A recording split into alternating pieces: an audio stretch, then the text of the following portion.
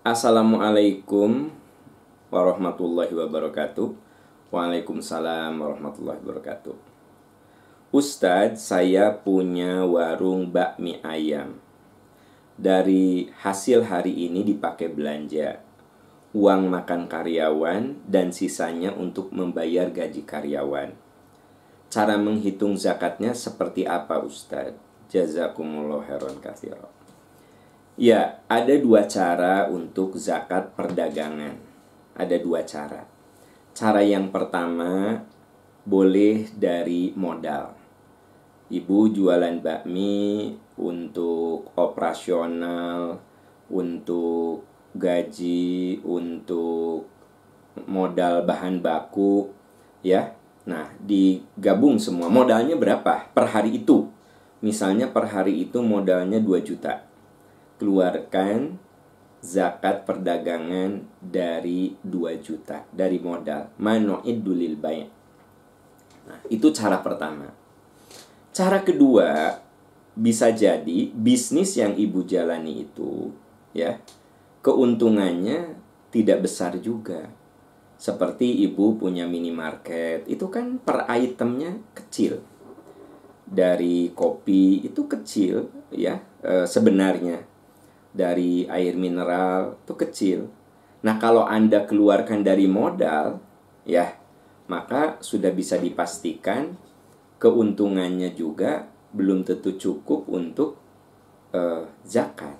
Sebut sajalah dari modal satu air mineral, ya, 500 rupiah misalnya. Keluarin 2,5% dari 500 rupiah.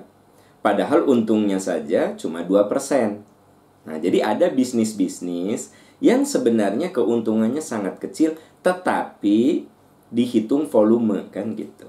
Nah, untuk bisnis-bisnis seperti itu, maka ada cara yang kedua, yaitu diambil dari keuntungan. Ibu punya minimarket, ya. Nah, dalam sebulan keuntungannya berapa? Setelah dipotong segala hal, dibayar, digunakan untuk gaji karyawan, digunakan untuk operasional, termasuk di dalamnya untuk kontrak tempat, ya. Nah, dalam sebulan dari minimarket ibu itu gaji bersihnya sebut saja 5 juta. Maka dari 5 juta itulah ibu mengeluarkan zakat perdagangan. Nah, itu lebih logis dan lebih realistis untuk bisnis-bisnis yang memang keuntungannya sangat kecil, ya, tidak lebih dari 5%. Jadi ada dua cara, Bu. Coba ibu cermati, ya. Sekiranya dengan mengeluarkan zakat dari modal itu tidak menutupi operasional dan juga nyaris tidak ada keuntungan, maka ibu bisa lakukan dari keuntungan. Jadi setelah ibu bayar karyawan, setelah ibu gunakan untuk operasional yang lainnya, termasuk untuk bahan baku, sebut saja per hari ibu dapat untung hari ini 1 juta.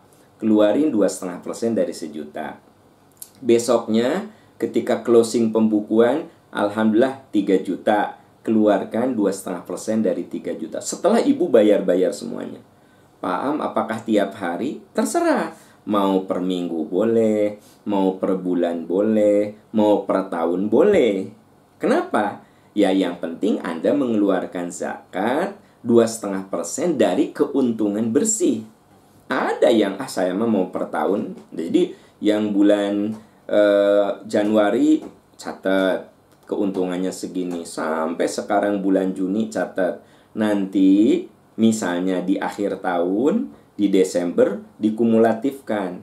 Lalu Anda keluarkan zakatnya dari kumulasi selama setahun. Boleh tidak? Boleh. Saya mah takut kepake, mau per bulan saja. Boleh. Saya mau per hari saja. Boleh. Kan yang penting itu Anda mengeluarkan zakatnya. Boleh dengan per hari keluarin, misalnya dari 1 juta, 2,5% saya simpan. Besoknya lagi dari 1,5 juta, 2,5% saya simpan. Tapi nanti dikumulasikan per 3 bulan saya keluarkan. Tapi sudah saya pisah gitu. Boleh nggak? Boleh. Jadi masalah pendistribusian itu kembali kepada yang mudah saja untuk kita. Tidak ada aturan per bulan, per tahun, tidak ada. Ya.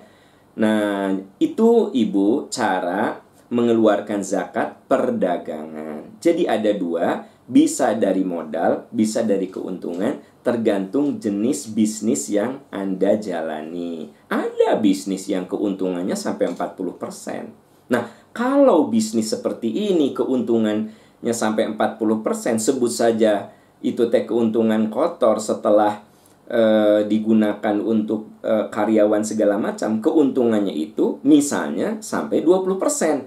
Nah, ini tentu afdol kalau dari modal, ya kan gitu. Jadi yang namanya zakat itu kembali juga kepada keimanan kita. Mana yang akan kita jalani, balik kepada kejujuran dan keimanan kita. Tapi yang pasti, Islam itu agama yang tidak menyulitkan, agama yang tidak memadorotkan. Silakan lakukan sesuai dengan kondisi-kondisi yang memungkinkan. Ya, wallahu a'lam bishawab.